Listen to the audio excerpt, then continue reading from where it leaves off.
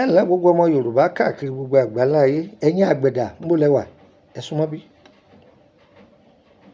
Tí ó bá sí àgbẹ̀ kí làwa aráalé ó jẹ. Gbogbo ìwé yòówù tó bá kà bágbẹ̀ ó bá dáko, o ò lè róúnjẹ jẹ, o ò lè jẹ báírò rẹ̀. Ẹ̀yin àgbẹ̀ ẹ bọ́ bí. Àtẹ̀yin tẹ́ ń fowó dáko. Ẹ̀yin bàbá fáàmù tẹ́ wà nílùú èbó tó jẹ́ pé ẹ̀ ń fowó dáko, ẹ súnmọ́ bí. Orúkọ èmi ọmọ yín ni Lukman ọmọ Ayédáre bàbá ọgbọ́n ọmọ ọ̀dọ̀ àgbà.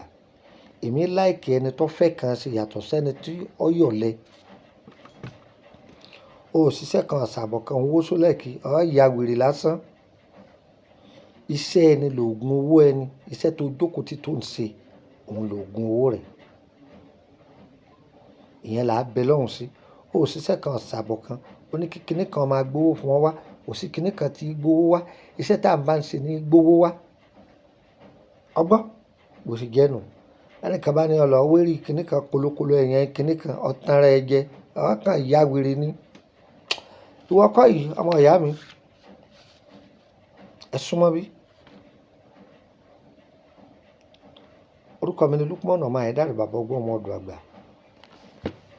Ewé kan bẹ nínú igbó, ó ń jẹ́ ewé sápó àbí ká ní igi sápó. Ewé rẹ̀ á máa gùn bọ̀ọ̀lì báyìí.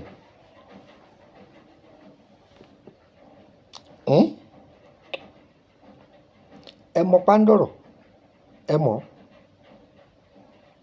Ọyẹ já ewé sápó kọ́pọ̀. Odidi pándọ̀rọ̀, iye tágbára yín bá, èyí tó gùn dáadáa, ẹ gé wẹ́wẹ́wẹ́ fòdìdí atari kan kún ẹ jó. Ẹ gbé yẹn sọ́tọ̀. Ẹ ṣẹ̀ṣẹ̀ tún wá ewé sápó. Káyí pé ẹ ti kọ ebè níjọ́ tẹ fẹ́ gbin àgbàdo. Ẹ fẹ́ gbin àgbàdo yín. Ẹ wá já ewé sápó yìí, ẹ kó sínú garawa kan bomi sí. Ẹ wá gbó ewé sápó yẹn sínú omi. Bẹ́ẹ̀ ṣe ń gbó lọ́wọ́ yẹn o. Tẹ́ ti gbó tán yẹn, ẹ fi wọ́n àgbàdo tẹ fẹ́ gbìn.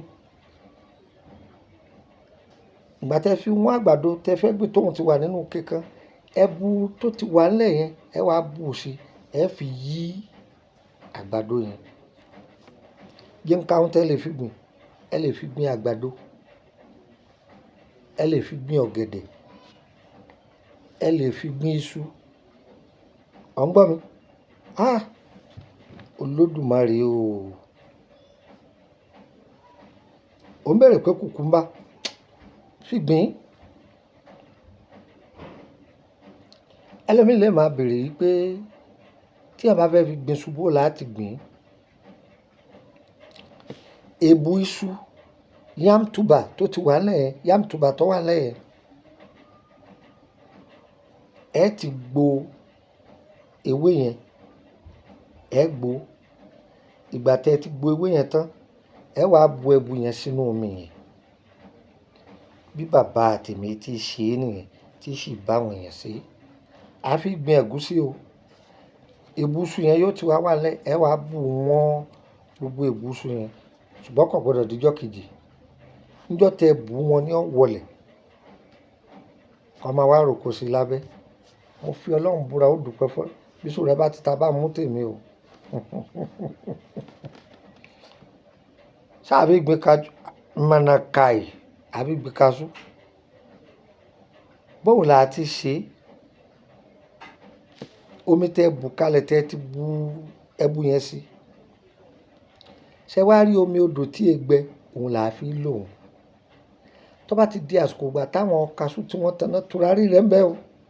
A ní fi yẹn lẹ̀ ni o. Ẹ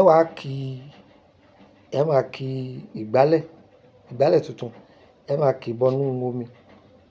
Tàbí ká wá ewé ìgbá, ewé ìrúgbá, igi tó ń ṣe ìyèrè, igi ìgbá, ewé rẹ̀ òun gangan l'original. Ẹja kọ́pọ̀, ẹ máa kì bọnú omi yẹn. Ẹ máa yan sí àwọn igi yẹn. Ṣùgbọ́n tùràrí rẹ̀ ló dáa jù. Ẹ bá dáná sí tùràrí rẹ̀ káàkiri kó fín sí.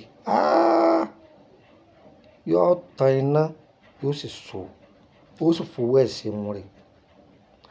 Bẹ́ẹ̀ ni wọ́n sọ fún ọ. Bọ́ ọbẹ̀ wá bọ̀ sí ọwọ́n, ẹ lọ ṣe. Mo kà á fún yín tó pé o, yóò sì bá yín lára mu. Èmi ọmọ yín náà ní Lúkúmọ̀nù ọmọ Ayédáre, bàbá ọgbọ́n ọmọ ọ̀dọ̀ àgbà. Ń bẹ lọ́wọ́ ọ̀dọ̀ àwọn bàbá tiẹ̀ náà, wọn ò fi í lẹ̀. Èmi yẹn sáré orí social media. Tí wọ́n bá lọ́gbọ́n tó lè fi í lẹ̀ tó ní àwọn kan, ìwọ tí wọ́n sọ pé àwọn kan ò lè gbọ́gbọ́n wọn lò, wèrè ní ọ̀kọ́ ẹ kó lo fóònù, bàbá tiẹ̀ ló ṣe fóònù, ọ̀ọ́bí ẹ. Òyìnbó ló ṣe fóònù, bí wọn ò bá ní ọgbọ́n àtinúdá wọn ò lè ṣe fóònù. Àwọn bàbá tiẹ̀ ò rí fóònù ṣe. Tọ́lọ́wọ́n ọba fún òyìnbó tó ṣe social media kọ́ dálẹ̀, ó lè mọ̀ mí, èmi ò lè mọ̀.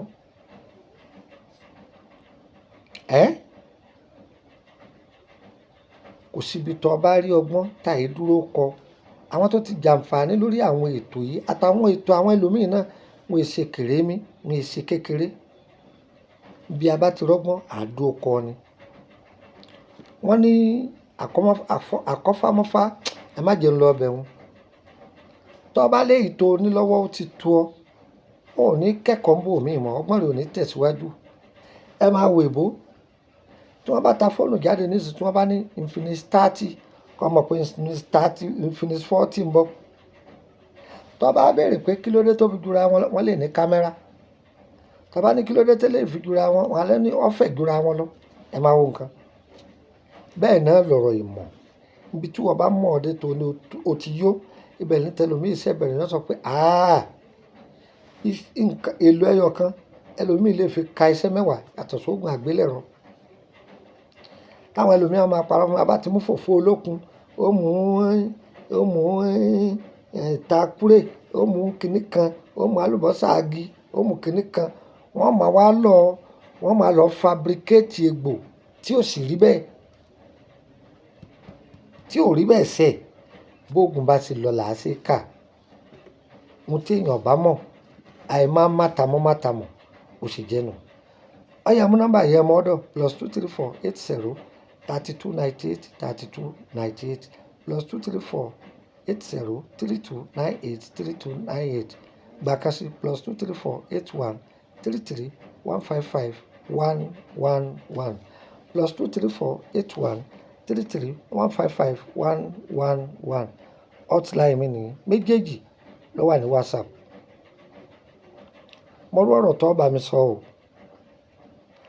Tó o bá ní appointment pẹ̀lú mi, má wulẹ̀ mẹ́sẹ̀gì mi ní WhatsApp. Irú èèyàn tó lè mẹ́sẹ̀gì mi ti ń dán lóhùn ni. Bóyá o fẹ́ béèrè nípa àkọsẹ̀jáyé rẹ̀, o fẹ́ ìtọ́jú ara nílànà ewé àtegbò, ó di mélòó? O fẹ́ bẹ̀ mí níṣẹ́, ó di mélòó? Àbọ̀ wà nínú private group lórí WhatsApp, ẹ̀yin tẹ́ lè pè mí tí ń dáhùn nìyẹn. Tàbí family mi, àbẹ́bí mi. Àwọn olólùfẹ́ yín ni, ẹ̀yin lẹ́ ń benefit mi, èmi ò benefit yín o. Ìwọ tó fẹ́ máa béèrè lọ́jọ́ in private group 10,000 naira ni, tágbára rẹ bá gbé. Ìwọ tó wà lórílẹ̀-èdè Benin dí mi ni, ó béèrè ohun tó bá wọ̀. O lè béèrè ògùn owó, o lè béèrè òkàlùwò, o lè béèrè olúgbòhùn, o lè béèrè àfọ̀ṣẹ́, o lè béèrè ògùn owó. Ṣùgbọ́n àwọn nǹkan táyé ẹni fi rọrùn, fọ̀rọ̀lẹ̀. Ìyá bá mọ̀, á sọ. Ó sì jẹ́nu. Ó dà gẹ́gẹ́ bí ìgbà tí èèyàn bá wà ní ilé ẹ̀kọ́, à ń dára wa lẹ́kọ̀ọ́ ńbẹ̀ ni. Èmi ni mo ń coordinate. Ó sì jẹ́ nìyẹn. Àbọ̀ lálàá ni o fẹ́ máa gbọ́ túmọ̀ rẹ̀ ni, a máa sọ fún ọ. Àtọ̀nà àbáyọ láì gba kọ́bọ̀ lọ́wọ́ ẹnìkan. Ó sì jẹ́nu. Yóò yẹ wá o, kò ní yẹ lẹ. Yóò fún nọ́mbà orílẹ̀-èdè Benin +229 54 65 1928 +229 54 65 1928. Tó, yóò yẹ wá o, kò ní yẹ lẹ. Ohun tá a fẹ́ Elédùà ṣe, èyí tá a fẹ́ Ọlọ́run yóò lè jìnnà sí wa. Ire o, ire kàbìtì.